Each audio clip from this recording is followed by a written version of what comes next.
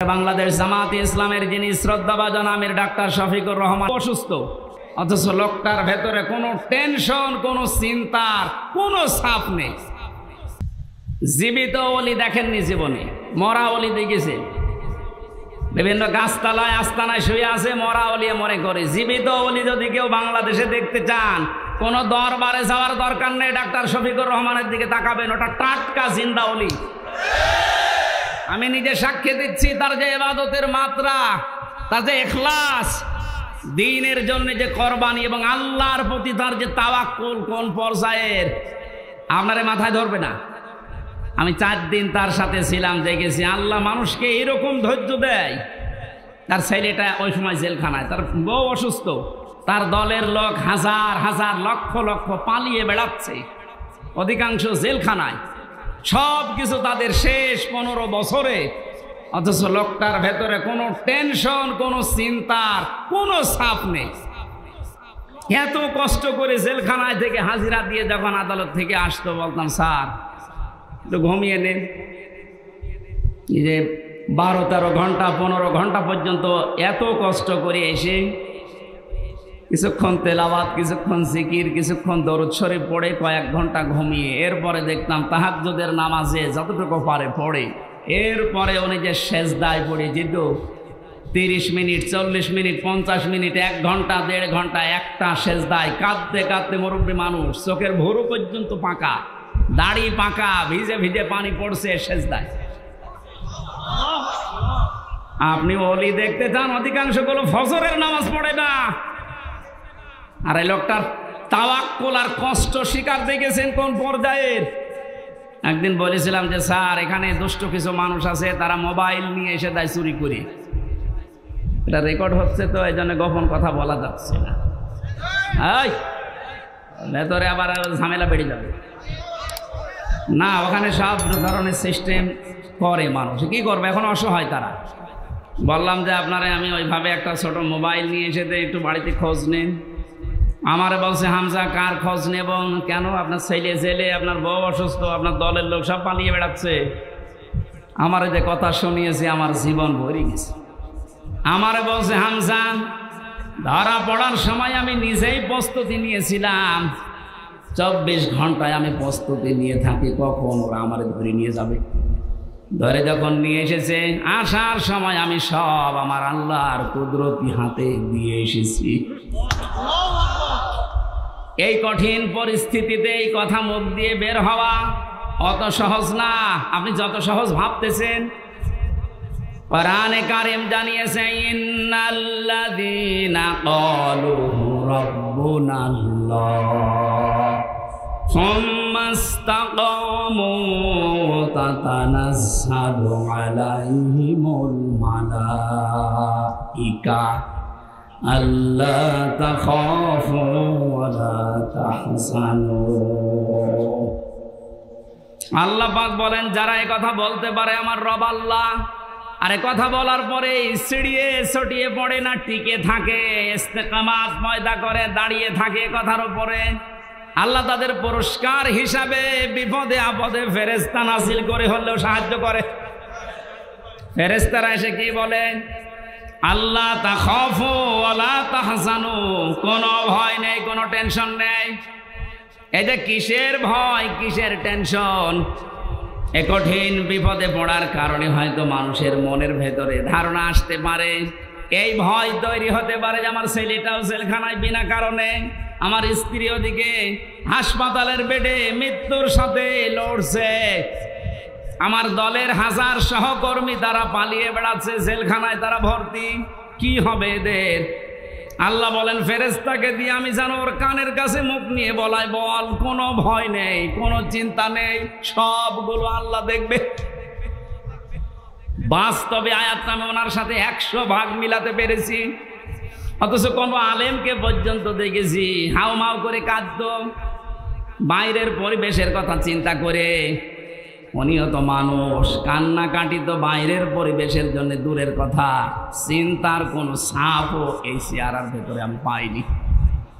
কোরআনের সাথে যে লোকটার জীবন মিলে যায়, হাদিসের পাতার সাথে যার জীবন মিলে যায়, সে ওলি। এক কথা বলুন। এই জন্য জালেম যারা তাদের দুনিয়া শেষ, আখেরাতে তো আপনি আল্লাহর মামলার আসামি হয়ে বসে আছেন। যিনি বিচার করবেন, যিনি রায় দেবেন, তিনি যদি মামলার বাদী হয়, কে দাঁড়াবে আপনার পক্ষে? এই জন্য আপনার আখেরাত শেষ, দুনিয়া শেষ। কেন বলছি? কারণ জালেমদের বিরুদ্ধে যখন মজলুম কিছু বলে, ওটা সঙ্গে সঙ্গে আল্লাহর কাছে পৌঁছিয়ে যায়, কোনো পর্দা থাকে না। আজ অনেকেই সুর তুলছে যে জালেমরা যা করেছে করেছে, মাফ করে দেন। না, জালেমদের মাফ করলো আল্লাহ মাফ করবে না। আল্লাহু লা ইয়াহদিল কওমাজ জালিমিন, বহু জায়গায় আল্লাহ জানিয়েছেন ইয়াহদি, এটা মোজারে।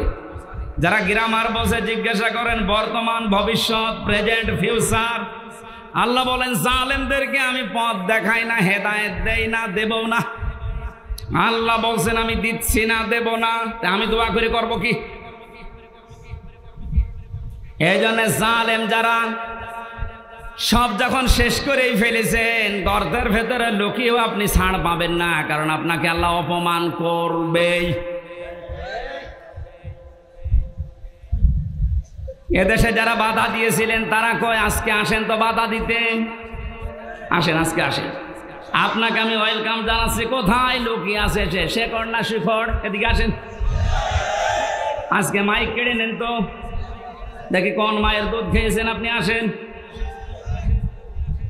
আমি চ্যালেঞ্জ দিচ্ছি এই বাংলাদেশে, সামনে দিন আসতেছে, কোরআনের দিন, সামনের দিন আসতেছে, হাদিসের দিন। আগস্ট মাসের 5 তারিখের আগের জরিপ ছিল আমার কাছে, এদেশের 100 জনের মাত্র 15 থেকে 16 জন মানুষ চাইতো যে কোরআন দিয়ে, ইসলাম দিয়ে এই বাংলাদেশটা চলুক। কয়জন? 100 জনের সর্বোচ্চ 15 থেকে 16 জন। অথচ 5 তারিখের পরে আজকে 4, এই 30 দিনে গতকালকে রাতের 12:30টার রিপোর্ট পেয়েছি। এই দেশে তাও যে সে রিপোর্ট করে নাই, নির্ভরযোগ্য রিপোর্ট এটা। এদেশে এখন 100 জনের 35 জন মানুষ চাচ্ছে দেশে ইসলাম দিয়ে চলুক।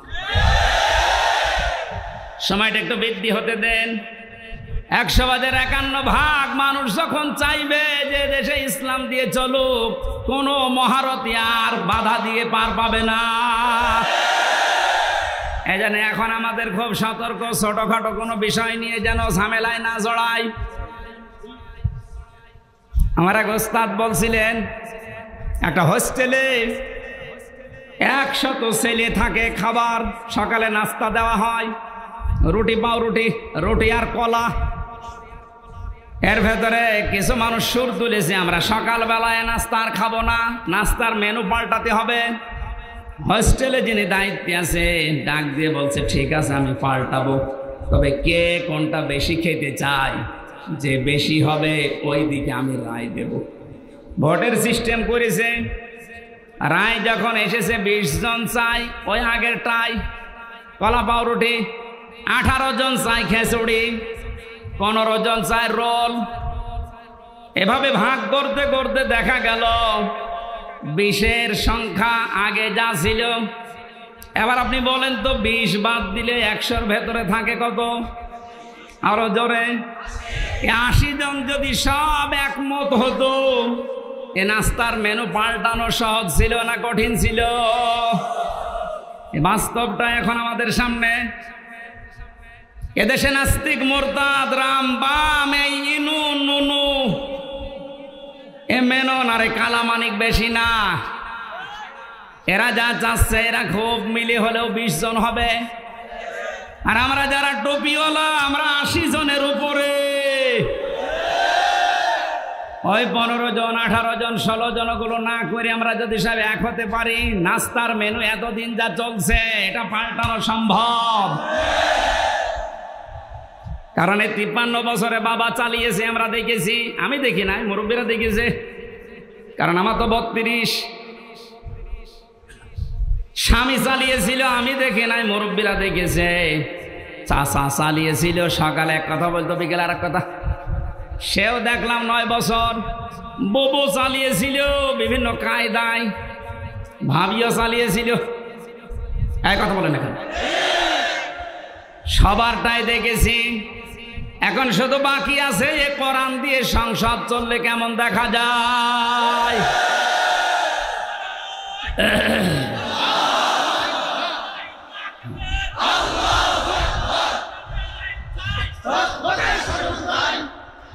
কারা কারা চান আল্লাহর এই কোরআন দিয়ে বাংলাদেশের এই সংসদ চলুক? দেখে লিল্লাহে তাকবীর।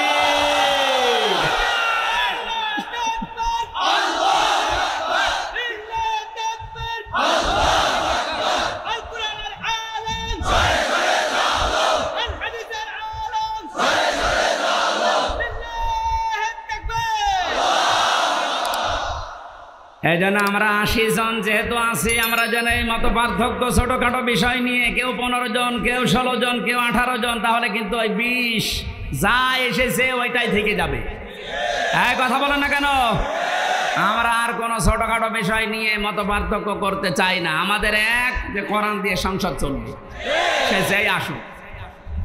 এটা অনেক জালেমরা তো বুঝেছিল, পালিয়েছে। অনেক মুনাফিক এখন অনেকে মুনাফিকি করছে, বুঝতেছে, এই জন্য সুর তুলছে, না এভাবে আর চলতে দেব না, তাড়াতাড়ি তাড়াতাড়ি। কিসের তাড়াতাড়ি? আপনি কি স্বাধীন করে দিয়ে গেলেন? যারা স্বাধীন করেছে তারা যা বলবে তাদের ওটা অনুযায়ী দেশ চলবে। এতে যদি 3 মাস হয়, 3 বছর হয়, 6 বছর হয়, 10 বছর হয়, হোক, কোনো অসুবিধা নেই।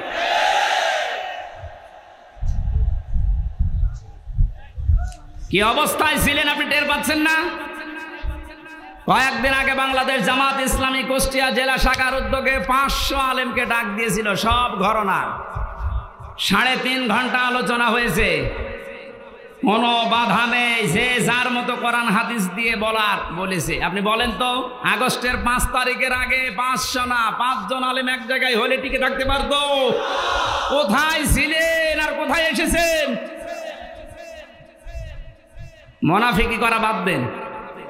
জীবন যারা দিয়ে গেল, আজ ওদের বিরুদ্ধে অনেকে ফতোয়া তুলছে। বৈষম্য বিরোধী ছাত্র আন্দোলনে যারা শহীদ হয়েছে, এরা নাকি শহীদ না, বুক পেতে আত্মহত্যা করেছে। শয়তানি করার জায়গা পাচ্ছ না? শহীদ যারা, এদেরকে যদি কেউ মুখ দিয়ে বলে যে না এরা শহীদ হয়নি, এটা পুরা কোরআনের বিরুদ্ধের কথা। সূরা বাকারা 154 নম্বর আয়াত, ওয়ালা তাকুলু লিমান ইউকতালু ফি সাবিলিল্লাহি আমওয়াত বাল আহইয়াউ ওয়ালাকিন লা তাশউরুন।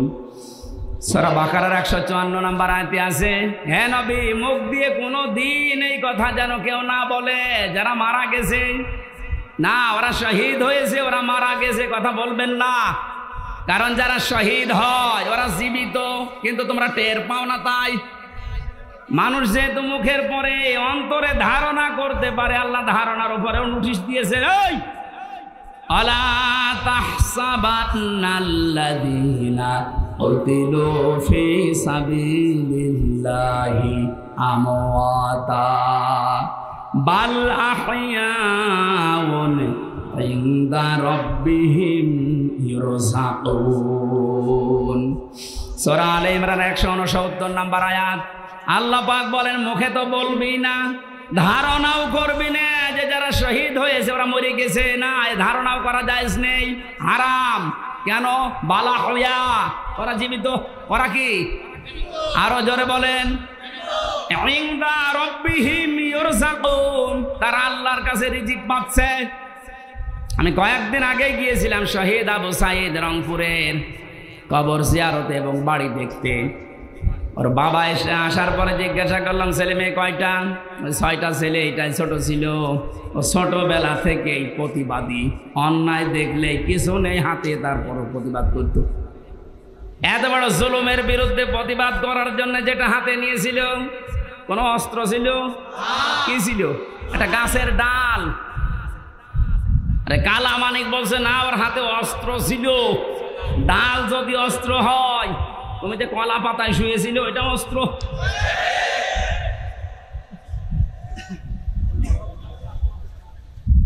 সাধ্য মতো যতটুকু আছে আমার সমর্থন, বাবার হাতে কিছু দিয়ে আসলাম।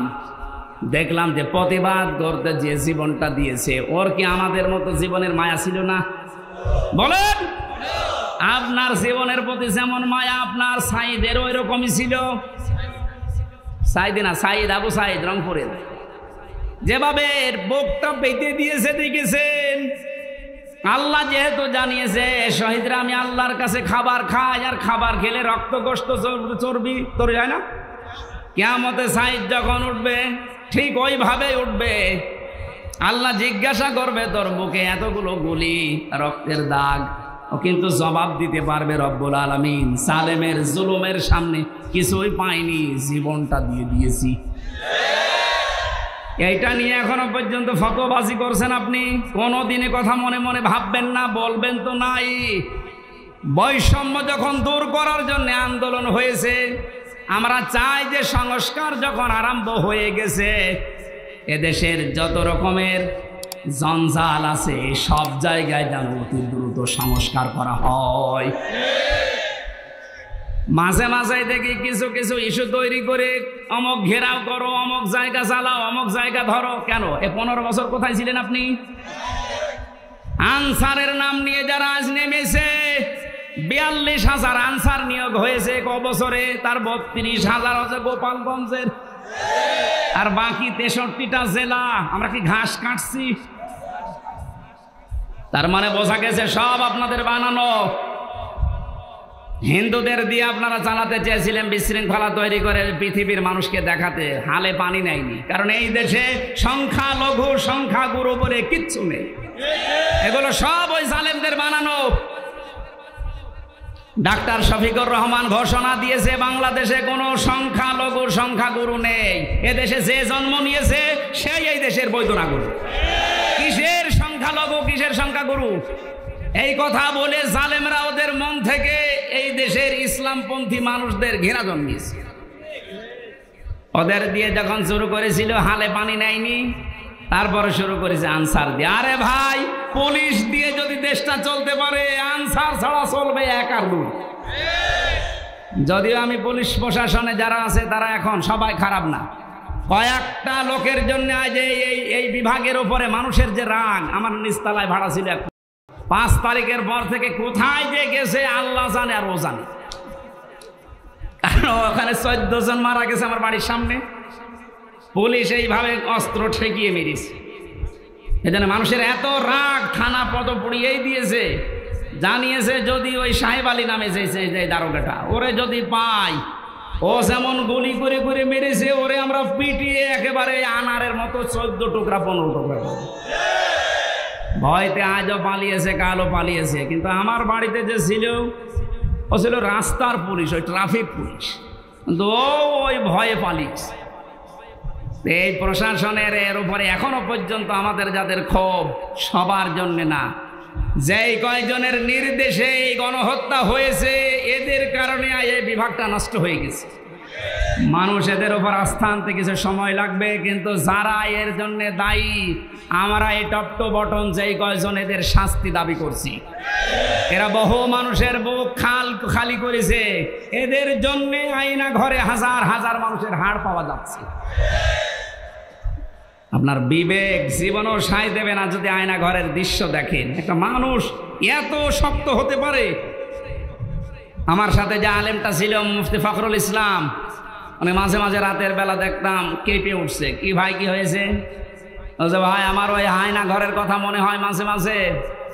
এই পায়ের নিচ দিয়ে হাত দিয়ে সামনে যে রড ঝোলানো আছে, রডের সাথে দিয়ে হ্যান্ডকাপ দিয়ে লাগিয়ে রাখতো, 1-2 ঘন্টা না, দিনের পর দিন, মাসের পর মাস। আমার মাঝে মাঝে মনে হতো আল্লাহ, এই দুনিয়াতে মনে হয় সবচাইতে বড় নিয়ামত একটু শুয়ে থাকা। এটা যে কত বড় নিয়ামত আমি ওই ঘরে থেকে বুঝতে পেরেছি। টয়লেট করার জন্য মানুষ মাত্র 1.5 মিনিট সময় দিত, খাবার খেতে দিত কয়েক মিনিট, তাও খাবার নাকি মনে হচ্ছে কে মাখিয়ে দিয়েছে। অর্ধেক পচা অর্ধেক ভালো, 4-5টা তরকারি একসাথে দিয়ে এক বাটির ভেতরে, খেলে খান, না খেলে যান। তাও যদি একটু নরম হয়তো যে ভাই এখন নামাজের সময়টা একটু বলেন, কখন নামাজের সময় আমরা তো জানি না, কারণ এখানে রাত দিন বোঝা যায় না। মাঝে মাঝে এমন লোক দায়িত্বে পড়তো, কিসের নামাজ, নামাজ পড়ে কি পাও, আল্লাহরও ভোগ ধরত। মুফাসসির বলেন আল্লাহ পাক ইউযু না দেওয়ার পেছনে 7টা কারণ লিখেছে। আমি সবগুলো না বললেও একটা বলছি। তিনি যেহেতু কিয়ামত পর্যন্ত থাকবেন না, থাকবেন, উনি তো দুনিয়া থেকে বিদায় নিয়েছে, তাহলে ইউযু না দেওয়ার কারণ কি? প্রথম কারণ লিখেছে কিয়ামত পর্যন্ত রাসূলুল্লাহ থাকবে না, কিন্তু রাসূলুল্লাহর ওয়ারিসরা থাকবে। বিশ্বনবীকে কষ্ট দিলে যেমন আযাবুন আলীম এ ঘোষণা আছে, নবীর ওয়ারিসদেরকে কেউ যদি কষ্ট দেয় মাস্ট বি আল্লাহ ওই রকম আযাবই কিয়ামত পর্যন্ত পাঠাতেই থাকবে।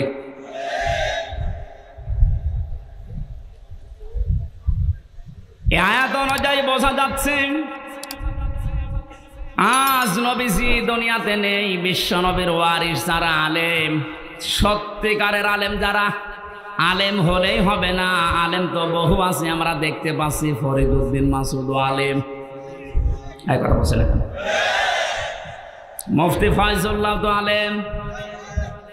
বাইতুল মুকাররমের সাবেক খতিব যেটা পালিয়েছে, এই যে পাশের জেলায় বাড়ি, ওইটাও তো আলেম। একটা রাষ্ট্র কত নিচে নামলে, কত দুর্নীতিগ্রস্ত হয়ে গেলে জাতীয় মসজিদের খতিব পর্যন্ত পালিয়ে যায় বলেন তো? জাতীয় মসজিদের খতিব পর্যন্ত যদি পালিয়ে যায়, এ দেশে আর বাকি থাকার কথা? আপনি তাকান, যারা যারা এভাবে কষ্ট দিয়েছে দিচ্ছে সবগুলো তো পালিয়েছে। কোরআনে যারাই বাধা দিয়েছে আজ তারা এই দেশের জনগণের টার্গেট হয়ে গেছে। কেন টার্গেট হচ্ছে? কোরআনে কারিম থেকে শোনেন।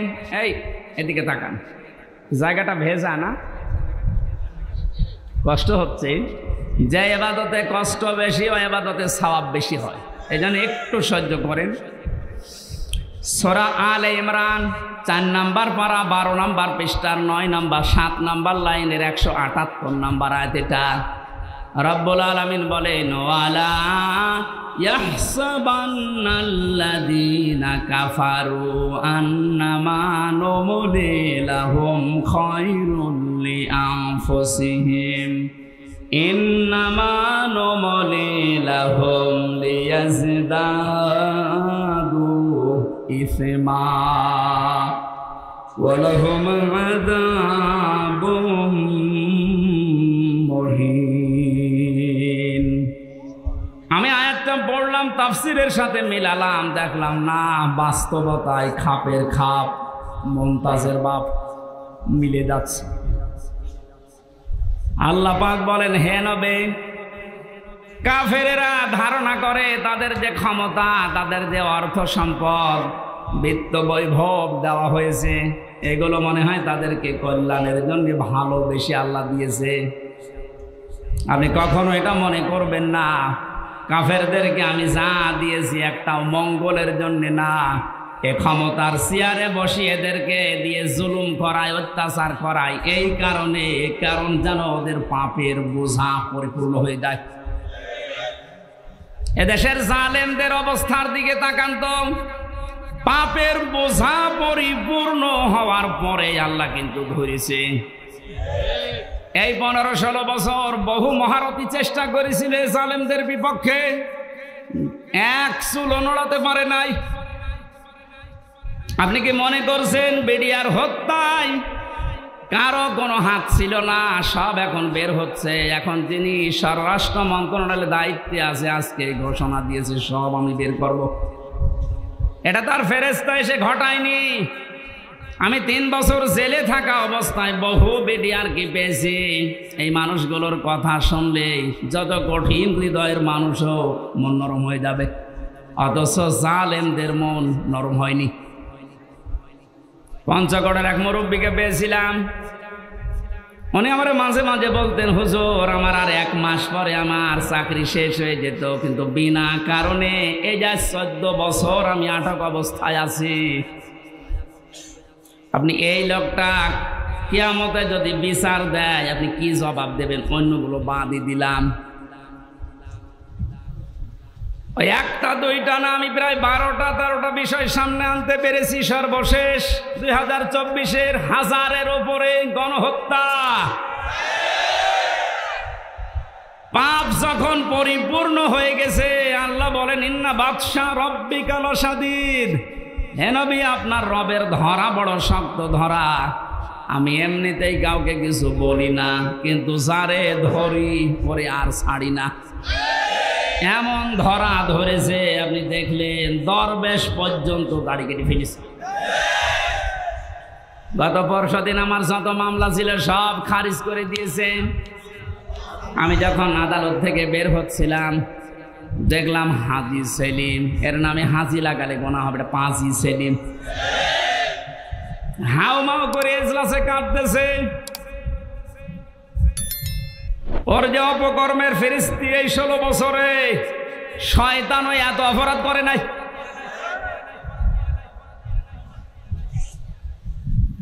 এমন ধরা আল্লাহ, এরকম অপমান মনে হয় ফেরাউনও হয়নি। ফেরাউন ডুবে মরে গেছে, কিন্তু ওর বিসি হলে এর বিসি পর্যন্ত শেষ। আর কি হারাবেন আপনি? আমার মানে বিসি না উড়ে গোড়া থেকে উড়ে গেলে ভালো হইতো। যতগুলো অপমান আমরা দেখতে পেলেন, এই যে হারুন আঙ্কেল 3 ইঞ্চি, এই লোকটা অপমান হওয়ার পেছনে আমি যতটুকু দেখেছি, আমার সাথে ওই ছোট হুজুরটা ছিল প্রথমে 2 মাস, ওই যে মাদানি রফিকুল ইসলাম মাদানি মাওলানা আমারে বলছিল, হামজা ভাই ভাই বলে এই জন্য, কারণ ওর বয়স আমার বয়স সেম সেম। তো দেখতে ছোট কিন্তু বয়স আছে। এখন তোর বয়স 30 আর আমার 32। আমারে বলছে, হামজা ভাই আমারে রিমান্ডের নামে নিয়ে গেল আমার হাতির ছিলে। রাত 12:30 1টার দিকে 2 পাশে ব্লক করে পুরা উলঙ্গ করেছে। আমার এক টুকরা কাপড়ও আমার শরীরে নেই, হাফ প্যান্ট ছিল ওইটাও খুলে দিয়েছে। আমার হাতে একটা সিগারেট ধরিয়ে দিয়েছেন। পাশে একটা অর্ধ উলঙ্গ মহিলা কোত্থেকে নিয়ে এসে দাঁড় করিয়ে ছবি তুলছে। বলছে এটা সকালে ছড়িয়ে দেব, মানুষ বুঝবে যে হুজুর কত খারাপ। আমার বলছে, হুজুর আমার এত অসহায় মনে হচ্ছিল নিজেকে, চোখের পানি ফেলে কাঁদলাম। ডাক দিয়ে বললাম, মাবুদ তোমার কোরআন আমি 100 ভাগ বিশ্বাস করি। তুমি যা দেখলে, তুমি যা দেখলে, যা শুনলে, আমি তো জানি আমি কিচ্ছু জানি না বিষয়। আমাকে যে প্রশ্নগুলো করে এর সাথে আমি ন্যূনতম জড়িত না। সন্ত্রাস বিরোধী আইনে মামলা দিয়েছে উল্টাপাল্টা করে। এক এসআইকে ডাক দিয়ে বললাম, ভাই আমার সাথে আপনারা যা করছেন, রাস্তা তো ব্লক করা, কেউ আসতে পারে না, হারুন স্যার কি জানে? ওই এসআই বলছে, হারুন স্যার জানে না মানে উনি তো করাচ্ছে। আকাশের দিকে মুখ দিয়ে বললাম, বাবু তোমার আরশের দিকে আমি মুখ করে আমি ছোট হই, কিন্তু আমি একজন আলেম, আমি এখন মজলুম। তবে এই কথাটা তুমি একটু শোনো, আমাকে যেভাবে অপমান করেছে যার নির্দেশে, তাকে তুমি কিছু দেখিও। আল্লাহ দেখিয়েছেন। জীবিত অবস্থায় 3 ইঞ্চি, মহিলারা পর্যন্ত এখন জিকির করছে 3 ইঞ্চি 3 ইঞ্চি। আর কত নিচে নামাবে বলেন? এ তো গেল 3 ইঞ্চির হিসাব। আমার মনে হয় যে চেহারা এখনো লুকিয়ে আছে, যদি রাস্তাঘাটে জনগণ পার পিটিয়ে মেরে ফেলবে। এই জালেমকে যদি কেউ সাহায্য করে, কথা দিয়ে, সমর্থন দিয়ে, সাপোর্ট দিয়ে, সে আল্লাহর নবীর দল থেকে খারিজ হয়ে কাফের হয়ে যায়। কত বড় ভয়ঙ্কর কথা, তিরমিজি হাদিস। কেউ যদি জালেমকে সাহায্য করে, সহযোগিতা করে, কথা দিয়ে, সাপোর্ট দিয়ে, যেভাবেই হোক, যদি জালেমকে কেউ সহযোগিতা করে, নবীজি জানিয়েছেন সে আমার উম্মত থাকে না। বাংলার মুসলমানেরা নবীর উম্মতের বাইরে যারা, তারা কি? আরো জোরে নাম ধরা লাগবে। আর সুতরাং জুলুমের সাথে যারা জড়িত ছিলেন, বাংলাদেশ জামাতে ইসলামের শ্রদ্ধাভাজন আমির ডাক্তার শফিকুর রহমান ঘোষণা দিয়েছেন, আমরা সাধারণভাবে আমাদের কোনো অভিযোগ নেই, আমাদের রাজনৈতিক দল হিসাবে যত জুলুমের শিকার মাফ করে দিলাম, কিন্তু ব্যক্তিগতভাবে যদি কেউ জুলুমের শিকার হয়ে থাকে আরও যদি প্রতিশোধ নিতে যায় ওই পরিমাণ, আমাদের পক্ষ থেকে বাধা নেই। সেই হিসাবে আমি যেহেতু ভিকটিম, আমার মাটির নিচে রেখেছিল আয়না ঘর, শুধু আপনি নাম শুনেছেন, আর আমি ছিলাম ওখানে 3টা বছর আমাকে ফাঁসির কন্ডেম সেলের ভেতরে তালাবদ্ধ করে 24 ঘন্টা আটক রাখতো সিসি ক্যামেরা দিয়ে। কেউ যেন আমার সাথে কথাও না বলে, দেখাও না করে। এমনকি কারারক্ষী 2-1টা একটু ভালো ছিল, সবাই তো আর একরকম না। 2-1 জন এসে যদি একটু সালাম দিত, ওই যে উপর থেকে ক্যামেরা লাগানো, ওর চাকরি পর্যন্ত চলে যাবে, এইরকম সিস্টেম করেছিল। এত কড়াকড়ি আপনি কেন করলেন? এই জুলুমের সাথে যারা নিযুক্ত ছিল, টপ টু বটন যেই কয়টা, যেহেতু পরশুদিন আমার মামলা পুরাটা আদালত খারিজ করে দিয়েছে, কোনো দোষ আমার পাইনি, তাহলে বোঝা যাচ্ছে বিষয় আমি কিছু জানি না, আমি পুরা নিরপরাধ। কথা বলেন না কেন? নিরপরাধ মানুষকে যারা বেকার 3টা বছর শাস্তি দিল, তাদের বিরুদ্ধে এখন এরকম 3 বছরের শাস্তি আমিও চাই।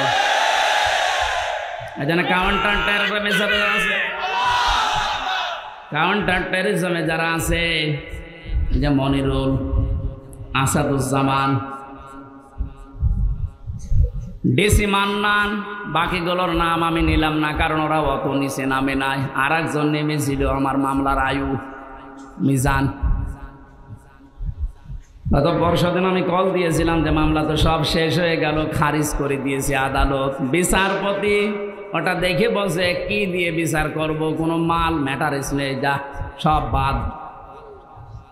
ওনারে বললাম এতদিন পর্যন্ত ওনারে স্যার বলতাম, এখন দেখি আমার মোবাইল পেলে আমার ওটা করে স্যার বলছে, হাও মাও করে কান্না কাটে, বলে কি করা লাগবে হুজুর বলেন, আমার কোনো দোষ নেই। দোষ নেই তে আমারে ধরার পরে আমার বাবার কাছ থেকে 10 লাখ টাকা খেয়েছিস, ওই টাকা ফেরত দে। সবচাইতে বড় বিষয়, যেহেতু আদালতের মাধ্যমে আমি নির্দোষ প্রমাণ হয়েছে, আমার কোনো দোষ নেই। 3টা বছর আমার জীবন থেকে যারা নষ্ট করেছেন, এর সাথে যারাই জড়িত ছিলেন, তাদেরও জীবন থেকে আমি 3 বছর নষ্ট করতে চাই। এইটাই নাই বিচার। এটা যদি আপনি না করেন, আগামীতে যারা আসবে এরকম হাজারো হামসার নামে ওরা কারণে অকারণে মিথ্যা সত্য মিলিয়ে মামলা দিয়ে বছরের পর বছর আটক করে রাখবে।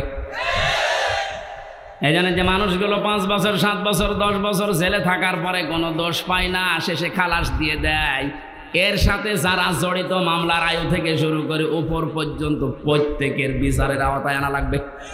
কোন কারণে কিছুই পেলি না, ওর 10টা বছর নষ্ট করলি, তুই বড় জালেম। জালেমের কথা এই কারণে বলছি, এই কারণে শব্দটা শুনতে যত সহজ মনে হচ্ছে, বিষয়টা অত সহজ না। জালেম আল্লাহর কাছে এত ঘৃণিত, এত নিন্দিত, এত খারাপ, আল্লাহ নিজে বলেন আমি জালেমের বিরুদ্ধে নিজে বাদী হয়ে মামলা দেব। সূরা শূরা 42 নম্বর আয়াত, 25 নম্বর পারার 6 নম্বর পৃষ্ঠার 13 নম্বর লাইনে আছে, ইন্নামাস সাবিলু আলাল্লাযিনা ইয়াযলিমুনান নাস, ইলা আখির আয়াত। আল্লাহ পাক বলেন অবশ্যই আমি আল্লাহ মামলা দেব। ওই আল্লাহ নিজে মামলা দায়ের করবে, নিজে কেস করবে, নিজে অভিযোগ দায়ের করবে ওই সমস্ত মানুষদের বিরুদ্ধে, ইয়াজলিমুনান নাস, যারা মানুষ হয়ে মানুষের উপরে জুলুম করেছেন। জালেম যারা, এটা রেকর্ড হচ্ছে, আপনিও শুনতেছেন, যেখানে লুকিয়ে আছেন কান খাড়া করে শোনেন। জালেম যারা, তাদের দুনিয়াও শেষ, আখিরাতও শেষ। আপনার আর বাঁচার মতো কোনো লাইন নেই যতক্ষণ পর্যন্ত এই মাজলুমরা মাফ না করবে। আর আমার তো যতটুকু বাস্তবতায় ধারণা আমি দেখেছি, বাংলাদেশের 18 কোটি মানুষও যদি আপনাকে মাফ করে দেয়, আয়না ঘরের সাথে যারা জড়িত ছিলেন, ব্যারিস্টার আরমানের বউ আপনাকে মাফ করবে না।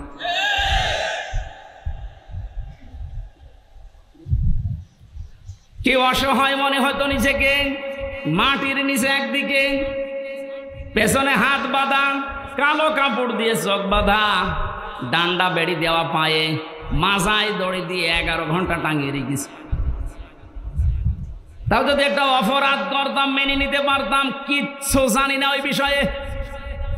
কোন পাগল কোন ছাগল নাকি সে সিরাজগঞ্জ থেকে গেছে সংসদ ভাঙবে একটা কাঁচি নিয়ে, তারে পুলিশে ধরেছে। এই এখানে কে? সংসদ ভেঙে ফেলবো। কাঁচি দিয়ে সংসদ ভাঙা যায়? বম মারলে ওড়ে না, আর তুমি কাঁচি নিয়ে এসেছো।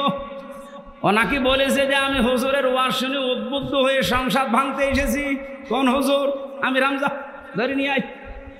এই যে আমার অপরাধ। আমি বারবার বলার চেষ্টা করেছি 164-এ ম্যাজিস্ট্রেটের কাছে, স্যার আমার ওয়াজ আপনার মোবাইলও আছে, আপনি দেখেন তো আমি কোন ওয়াজ করলাম যে আমার ওয়াজ শুনে উদ্বুদ্ধ হয়ে সংসদ ভাঙতে গেল। বলে আমার হাত বাঁধা, কিছু করার নেই। বিচার ব্যবস্থা কোথায় নামিয়েছেন আপনি? এই ব্যবস্থার কারণে হাজার হাজার মানুষের জীবন নষ্ট করেছেন, দুনিয়া থেকে পর্যন্ত বিদায় করে দিয়েছেন।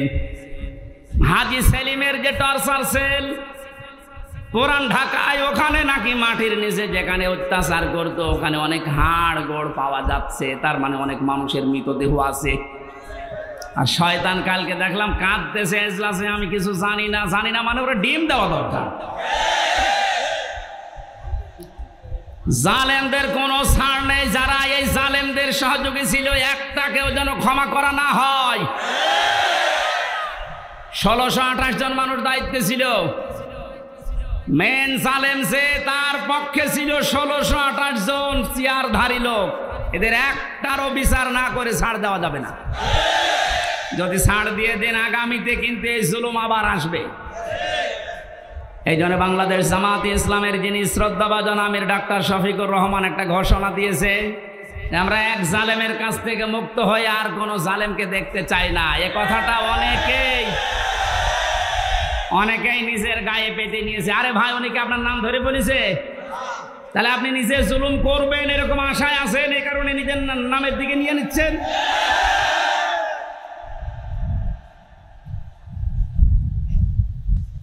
জীবিত ওলি দেখেননি জীবনে, মরা ওলি দেখেছে।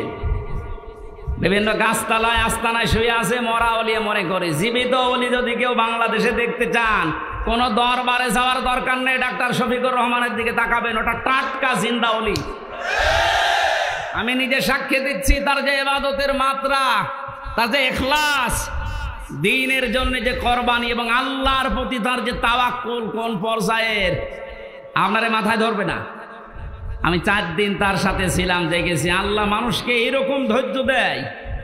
তার ছেলেটা ওই সময় জেলখানায়, তার বউ অসুস্থ, তার দলের লোক হাজার হাজার লক্ষ লক্ষ পালিয়ে বেড়াচ্ছে, অধিকাংশ জেলখানায়। সব কিছু তাদের শেষ 15 বছরে, অথচ লোকটার ভেতরে কোনো টেনশন, কোনো চিন্তার কোনো ছাপ নেই। এত কষ্ট করে জেলখানায় থেকে হাজিরা দিয়ে যখন আদালত থেকে আসতো, বলতাম স্যার একটু ঘুমিয়ে নেন। এই যে 12-13 ঘন্টা 15 ঘন্টা পর্যন্ত এত কষ্ট করে এসে কিছুক্ষণ তেলাওয়াত, কিছুক্ষণ জিকির, কিছুক্ষণ দরুদ শরীফ পড়ে কয়েক ঘন্টা ঘুমিয়ে, এরপরে দেখতাম তাহাজ্জুদের নামাজে যতটুকু পারে পড়ে, এরপরে উনি যে সেজদায় পড়ে যেত 30 মিনিট, 40 মিনিট, 50 মিনিট, 1 ঘন্টা, 1.5 ঘন্টা একটা সেজদায় কাঁদতে কাঁদতে, মুরব্বী মানুষ, চোখের ভুরু পর্যন্ত পাকা, দাড়ি পাকা, ভিজে ভিজে পানি পড়ছে সেজদায়। আপনি ওলি দেখতে চান, অধিকাংশ গুলো ফজরের নামাজ পড়ে না। আর এই লোকটার তাওয়াক্কুল আর কষ্ট শিকার দেখেছেন কোন পর্যায়ের। একদিন বলেছিলাম যে স্যার, এখানে দুষ্ট কিছু মানুষ আছে, তারা মোবাইল নিয়ে এসে দেয় চুরি করে। এটা রেকর্ড হচ্ছে তো, এই জন্য গোপন কথা বলা যাচ্ছে না। ভেতরে আবার ঝামেলা বেড়ে যাবে না। ওখানে সব ধরনের সিস্টেম করে, মানুষ কি করবে এখন, অসহায় তারা।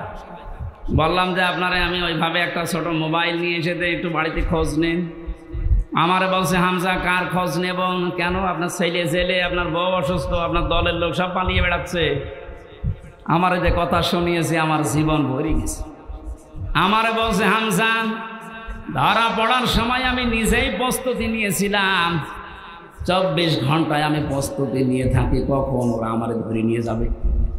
ধরে যখন নিয়ে এসেছে, আসার সময় আমি সব আমার আল্লাহর কুদরতি হাতে দিয়ে এসেছি। এই কঠিন পরিস্থিতিতে এই কথা মুখ দিয়ে বের হওয়া অত সহজ না, আপনি যত সহজ ভাবতেছেন।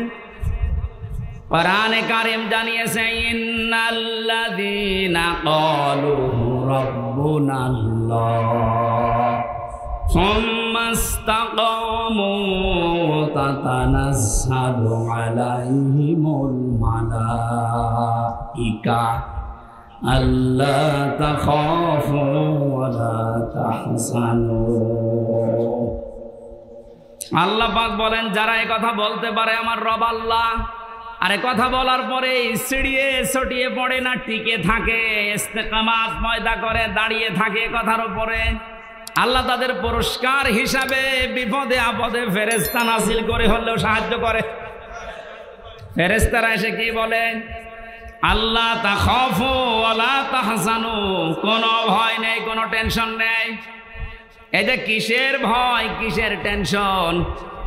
এ কঠিন বিপদে পড়ার কারণে হয়তো মানুষের মনের ভেতরে ধারণা আসতে পারে, এই ভয় তৈরি হতে পারে যে আমার ছেলেটাও জেলখানায় বিনা কারণে, আমার স্ত্রী ওদিকে হাসপাতালের বেডে মৃত্যুর সাথে লড়ছে, আমার দলের 1000 সহকর্মী তারা পালিয়ে বেড়াচ্ছে, জেলখানায় তারা ভর্তি, কি হবে এদের? আল্লাহ বলেন, ফেরেশতাকে দিয়ে আমি যেন ওর কানের কাছে মুখ নিয়ে বলাই, বল কোনো ভয় নেই, কোনো চিন্তা নেই, সবগুলো আল্লাহ দেখবে। বাস্তবে আয়াতটা আমি ওনার সাথে 100 ভাগ মিলাতে পেরেছি, অথচ কোনো আলেমকে পর্যন্ত দেখেছি হাউমাউ করে কাঁদতো বাইরের পরিবেশের কথা চিন্তা করে। উনিও তো মানুষ, কান্নাকাটি তো বাইরের পরিবেশের জন্য দূরের কথা, চিন্তার কোনো ছাপও এই চেহারার ভেতরে আমি পাইনি। কোরআনের সাথে যে লোকটার জীবন মিলে যায়, হাদিসের পাতার সাথে যার জীবন মিলে যায়, সে ওলি। এক কথা বলেন। এই জন্য জালেম যারা, তাদের দুনিয়া শেষ, আখেরাতে তো আপনি আল্লাহর মামলার আসামি হয়ে বসে আছেন। যিনি বিচার করবেন, যিনি রায় দেবেন, তিনি যদি মামলার বাদী হয়, কে দাঁড়াবে আপনার পক্ষে? এই জন্য আপনার আখেরাত শেষ, দুনিয়া শেষ। কেন বলছি? কারণ জালেমদের বিরুদ্ধে যখন মজলুম কিছু বলে, ওটা সঙ্গে সঙ্গে আল্লাহর কাছে পৌঁছিয়ে যায়, কোনো পর্দা থাকে না। আজ অনেকেই সুর তুলছে যে জালেমরা যা করেছে মাফ করে দেন না। জালেমদের মাফ করলো আল্লাহ মাফ করবে না। আল্লাহু লা ইয়াহদিল কওমাজ জালিমিন, বহু জায়গায় আল্লাহ জানিয়েছেন ইয়াহদি, এটা মোজারে। যারা গ্রামার বসে জিজ্ঞাসা করেন বর্তমান, ভবিষ্যৎ, প্রেজেন্ট, ফিউচার, আল্লাহ বলেন জালেমদেরকে আমি পথ দেখাই না, হেদায়েত দেই না, দেবও না। আল্লাহ বলছেন আমি দিচ্ছি না, দেব না, আমি দোয়া করে করব কি?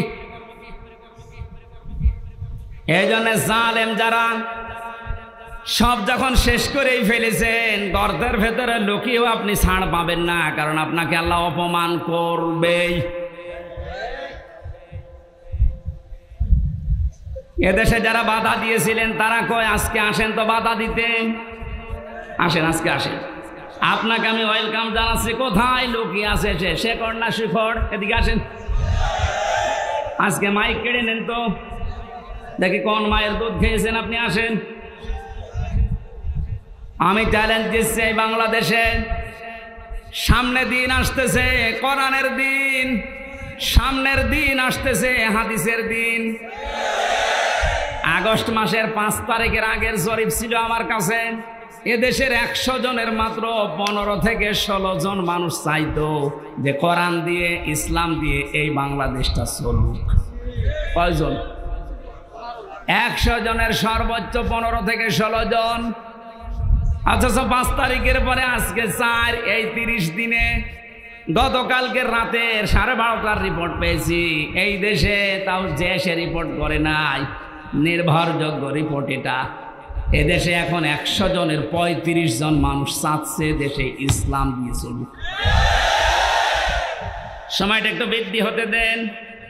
100 ভাগের 51 ভাগ মানুষ যখন চাইবে যে দেশে ইসলাম দিয়ে চলুক, কোনো মহারথী আর বাধা দিয়ে পার পাবে না। এজন্য এখন আমাদের খুব সতর্ক, ছোটখাটো কোনো বিষয় নিয়ে যেন ঝামেলায় না জড়াই।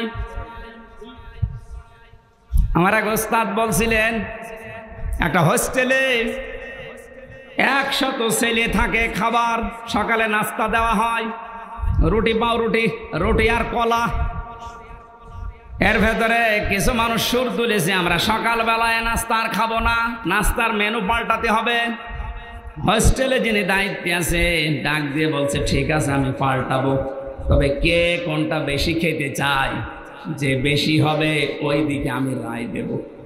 ভোটের সিস্টেম করেছে, রায় যখন এসেছে 20 জন চাই ওই আগেরটাই কলা পাউরুটি, 18 জন চাই খিচুড়ি, 15 জন চাই রোল। এভাবে ভাগ করতে করতে দেখা গেল 20-এর সংখ্যা আগে যা ছিল। এবার আপনি বলেন তো 20 বাদ দিলে 100-র ভেতরে থাকে কত? আরো জোরে। 80 জন যদি সব একমত হতো, এ নাস্তার মেনু পাল্টানো সহজ ছিল না কঠিন ছিল? বাস্তবটা এখন আমাদের সামনে। এদেশে নাস্তিক, মোরতাদ, রাম, বাম, এই ইনু নুনু, এ মেনন আরে কালামানিক বেশি না। এরা যা চাচ্ছে, এরা খুব মিলে হলেও 20 জন হবে। আর আমরা যারা টুপিওয়ালা, আমরা 80 জনের উপরে। ওই 15 জন, 18 জন, 16 জন গুলো না করে আমরা যদি সব এক হতে পারি, নাস্তার মেনু এতদিন যা চলছে এটা পাল্টানো সম্ভব। কারণ এই 53 বছরে বাবা চালিয়েছে, আমরা দেখেছি। আমি দেখি নাই, মুরব্বীরা দেখেছে, কারণ আমার তো 32। স্বামী চালিয়েছিল, আমি দেখি নাই, মুরব্বীরা দেখেছে। চাচা চালিয়েছিল, সকালে এক কথা বলতো, বিকেলে আর এক কথা। সেও দেখলাম 9 বছর। ববু চালিয়েছিল বিভিন্ন কায়দায়, ভাবিও চালিয়েছিল। এই কথা বলেন, এখন সবারটাই দেখেছি। এখন শুধু বাকি আছে এ কোরআন দিয়ে সংসদ চললে কেমন দেখা যায়।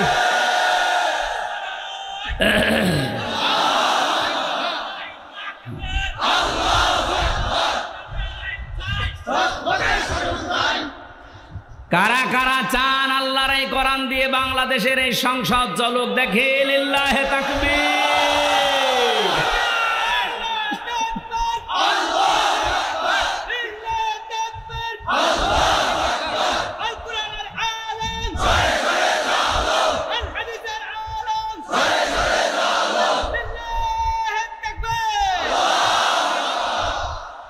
এই জন্য আমরা 80 জন যেহেতু আছি, আমরা যেন এই মত পার্থক্য ছোটখাটো বিষয় নিয়ে, কেউ 15 জন, কেউ 16 জন, কেউ 18 জন, তাহলে কিন্তু ওই 20 যা এসেছে ওইটাই থেকে যাবে।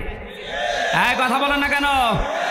আমরা আর কোনো ছোটখাটো বিষয় নিয়ে মত পার্থক্য করতে চাই না। আমাদের এক যে কোরআন দিয়ে সংসদ চলবে, সে যেই আসুক।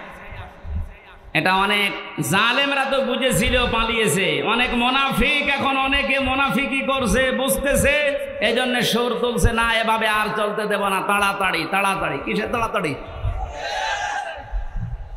আপনি কি স্বাধীন করে দিয়ে গেলেন? যারা স্বাধীন করেছে তারা যা বলবে তাদের ওটা অনুযায়ী দেশ চলবে। এতে যদি 3 মাস হয়, 3 বছর হয়, 6 বছর হয়, 10 বছর হয়, হোক, কোনো অসুবিধা নেই।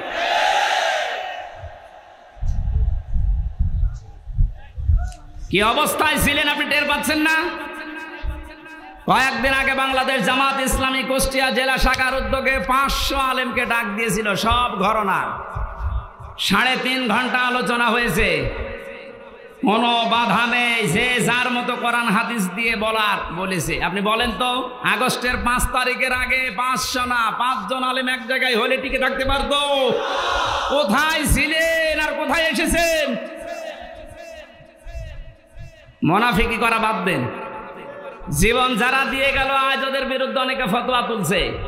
বৈষম্য বিরোধী ছাত্র আন্দোলনে যারা শহীদ হয়েছে, এরা নাকি শহীদ না, বুক পেতে আত্মহত্যা করেছে। শয়তানি করার জায়গা পাচ্ছ না।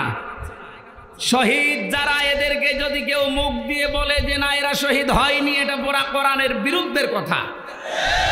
সূরা বাকারা 154 নম্বর আয়াত, ওয়ালা তাকুলু লিমান ইউকতালু ফি সাবিলিল্লাহি আমওয়াত বাল আহইয়াউ ওয়ালাকিন লা তাশউরুন। সূরা বাকারার 154 নম্বর আয়াতে আছে, হে নবী, মুখ দিয়ে কোনো দিন এই কথা যেন কেউ না বলে যারা মারা গেছে, না ওরা শহীদ হয়েছে, ওরা মারা গেছে কথা বলবেন না। কারণ যারা শহীদ হয় ওরা জীবিত, কিন্তু তোমরা টের পাও না। তাই মানুষ যেহেতু মুখের পরে অন্তরে ধারণা করতে পারে, আল্লাহ ধারণার উপরেও নোটিশ দিয়েছে, এই আলা তাহসাবান্নাল্লাযীনা কুতিলু ফি সাবিলিল্লাহি আমওয়াতা বাল আহইয়াউন ইনদা রাব্বিহিম ইরযাকুন। সূরা আলে ইমরান 169 নম্বর আয়াত। আল্লাহ পাক বলেন, মুখে তো বলবি না, ধারণাও করবি না যে যারা শহীদ হয়েছে ওরা মরে গেছে, না এই ধারণাও করা জায়েজ নেই, হারাম। কেন? বালা হইয়া ওরা জীবিত। ওরা কি? আরো জোরে বলেন, ইনদা রাব্বিহিম ইরযাকুন, তারা আল্লাহর কাছে রিজিক পাচ্ছে। আমি কয়েকদিন আগে গিয়েছিলাম শহীদ আবু সাঈদ রংপুরের কবর জিয়ারতে এবং বাড়ি দেখতে। ওর বাবা এসে আসার পরে জিজ্ঞাসা করলাম, ছেলে মেয়ে কয়টা? 6টা ছেলে, এটাই ছোট ছিল। ও ছোটবেলা থেকেই প্রতিবাদী, অন্যায় দেখলে কিছু নেই হাতে, তারপরও প্রতিবাদ করত। এত বড় জুলুমের বিরুদ্ধে প্রতিবাদ করার জন্য যেটা হাতে নিয়েছিল, কোনো অস্ত্র ছিল? কি ছিল? একটা গাছের ডাল। আরে কালা মানিক বলছে না, ওর হাতে অস্ত্র ছিল। ডাল যদি অস্ত্র হয়, তুমি যে কলা পাতায় শুয়েছিল এটা অস্ত্র।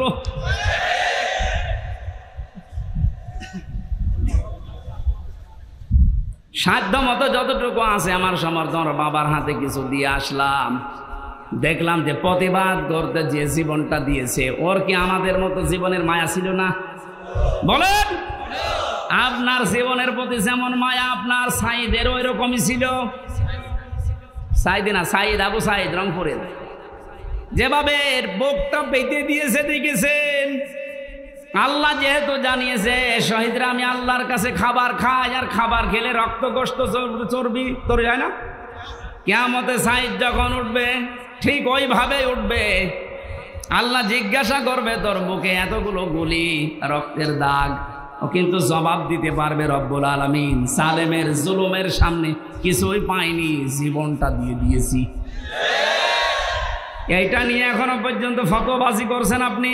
কোনোদিনে কথা মনে মনে ভাববেন না, বলবেন তো নাই। বৈষম্য যখন দূর করার জন্য আন্দোলন হয়েছে, আমরা চাই যে সংস্কার যখন আরম্ভ হয়ে গেছে, এদেশের যত রকমের জঞ্জাল আছে সব জায়গায় যেন অতি দ্রুত সংস্কার করা হয়। মাঝে মাঝে দেখি কিছু কিছু ইস্যু তৈরি করে অমুক ঘেরাও করো, অমুক জায়গা চালাও, অমুক জায়গা ধরো। কেন? 15 বছর কোথায় ছিলেন আপনি?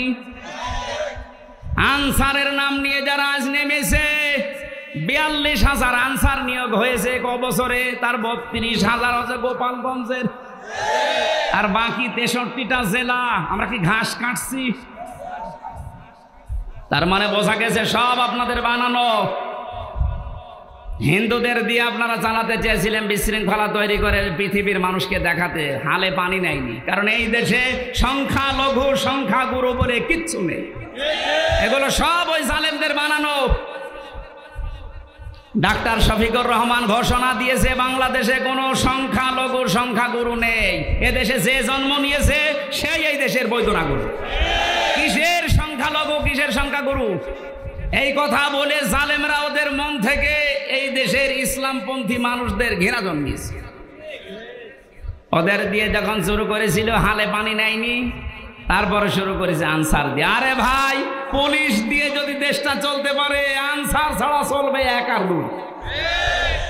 যদিও আমি পুলিশ প্রশাসনে যারা আছে তারা এখন সবাই খারাপ না, কয়েকটা লোকের জন্য আজ এই বিভাগের উপরে মানুষের যে রাগ। আমার নিচতলায় ভাড়া ছিল 5 তারিখের পর থেকে কোথায় যে গেছে আল্লাহ জানে আর ও জানে।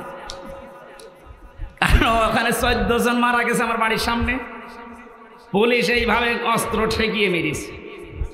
এজন্য মানুষের এত রাগ, থানা পদ পুড়িয়েই দিয়েছে, জানিয়েছে যদি ওই সাহেব আলী নামে যে দারোগাটা, ওরে যদি পাই, ও যেমন গুলি করে করে মেরেছে, ওরে আমরা পিটিয়ে একেবারে আনারের মতো 14 টুকরা 15 টুকরা।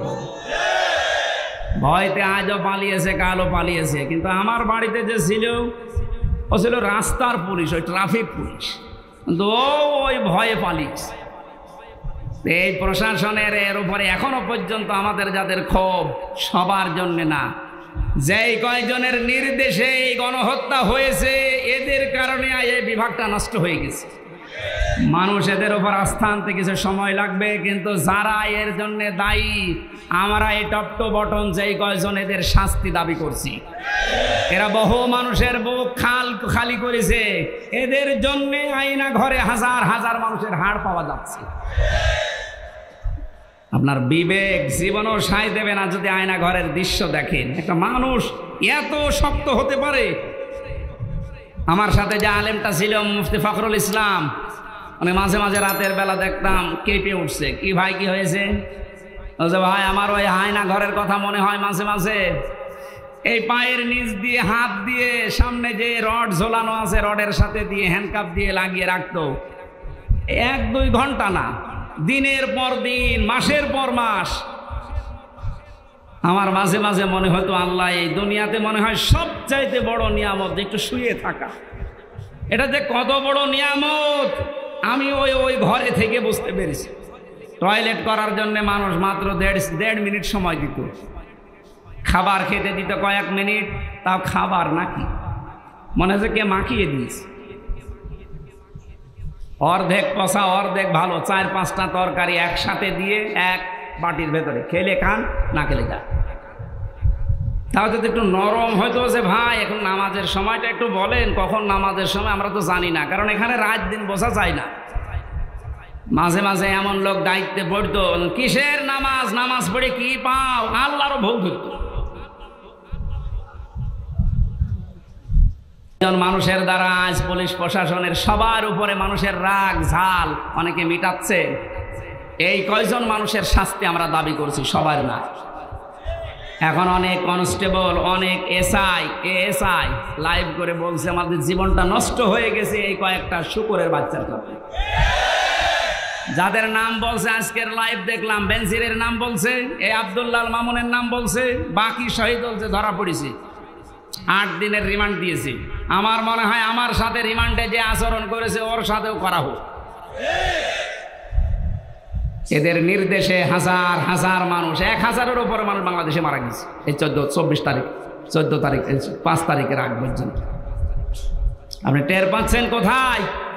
আর এখনো পর্যন্ত অনেকে জালেমের প্রশংসা করছে যে কি করেছে টের পাচ্ছেন না।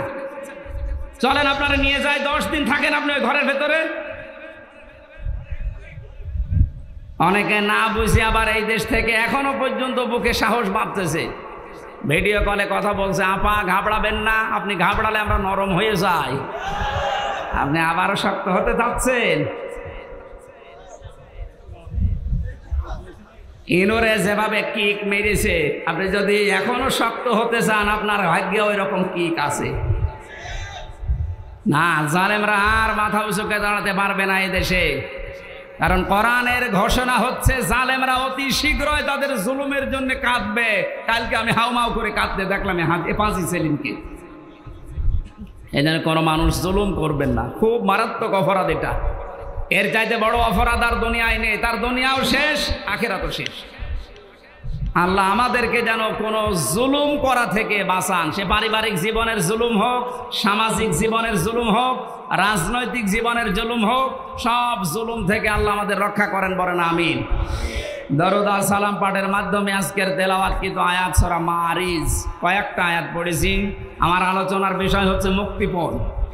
আমার বাবাকে যেমন মুক্তিপণ নিতে চেয়েছিল 10 লাখ দেন, নয়তো 50টা মামলা দেব, এরকম মুক্তিপণ সামনে আসতেছে। কোরআনে কারীম জানাচ্ছে, ও বাংলার মানুষেরা কান খাড়া করে শোনো, ওয়ালা ইয়াসআলু হামিমুন হামিমা, ইউবাসসিরুনাহুম ইয়াওয়াদুল মুজরিমু লাউ ইয়াফতাদি মিন আযাবি ইয়াউমিদিন বিবানি। এই কারা চলে যাচ্ছে, কারা গো? প্রসাবের জন্য গেলে যান, বাকি ভালো লাগছে না এই মনে করে যদি কেউ কোরআনের আলোচনা ছেড়ে চলে যান, আপনি টাটকা নির্ভেজাল মুনাফিক। এই জন্য প্রসাব পায়খানার জন্য যান, বাকি জন্য যাবেন। জানছে এখানে কষ্ট হচ্ছে, ভেজা জায়গা তো। আল্লাহ পাক বলেন কোন শহীদের পরিচয় দিতে চাইবে না, যদিও তাদেরকে সম্মুখে হাজির করা হবে, বন্ধুর পরিচয় দেবে না।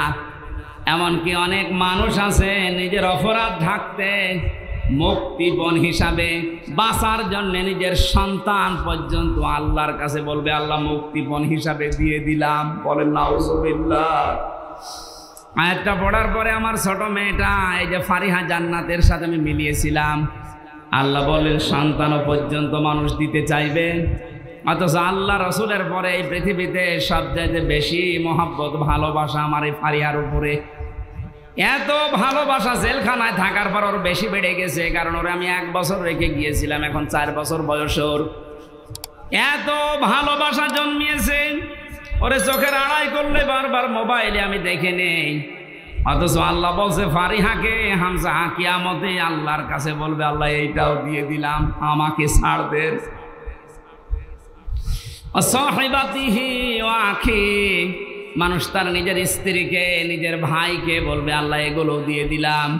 অফাসিলাতিহিল্লাতি তুবি, নিজের জ্ঞাতি গোষ্ঠী, নিজের দলের লোক, রাজনৈতিক আশ্রয় যারা, সামাজিক আশ্রয় যারা, পারিবারিক আশ্রয় যারা তাকে দিত, এই গোষ্ঠীর লোক পর্যন্ত মানুষ বলবে আল্লাহ সব দিয়ে দিলাম। অমাং ফিল আরদি জামিআ, দুনিয়ায় যত সম্পদের মালিক ছিলাম সব আমি দিয়ে দিলাম, আমারে আপনি বাঁচান। এ কথা মানুষ বলবে, এ সাক্ষী দিচ্ছে কে বলেন তো? আরো জোরে বলেন। একটা কালকে আমি আরো বেশি বিশ্বাস করে ফেলেছি, এখনো বিশ্বাস ছিল আগেও।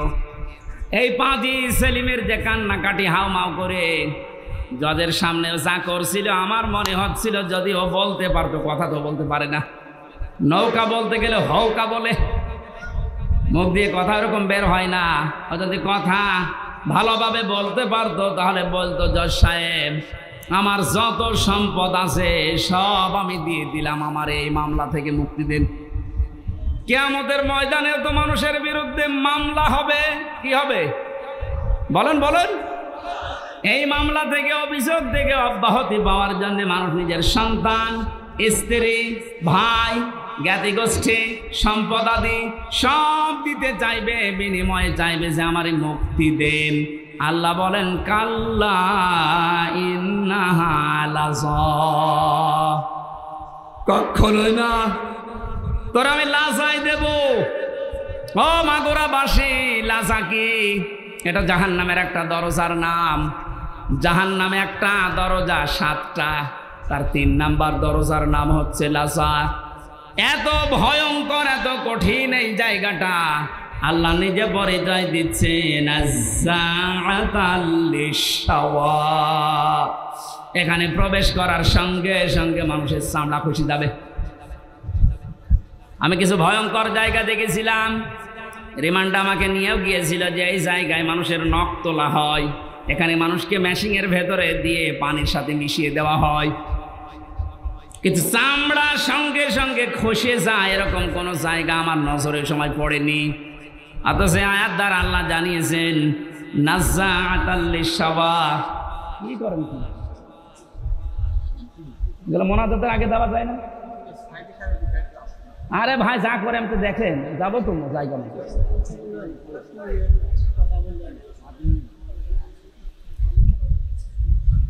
নাজ্জাআতাল লিশাওয়া দিয়েছেন আল্লাহ।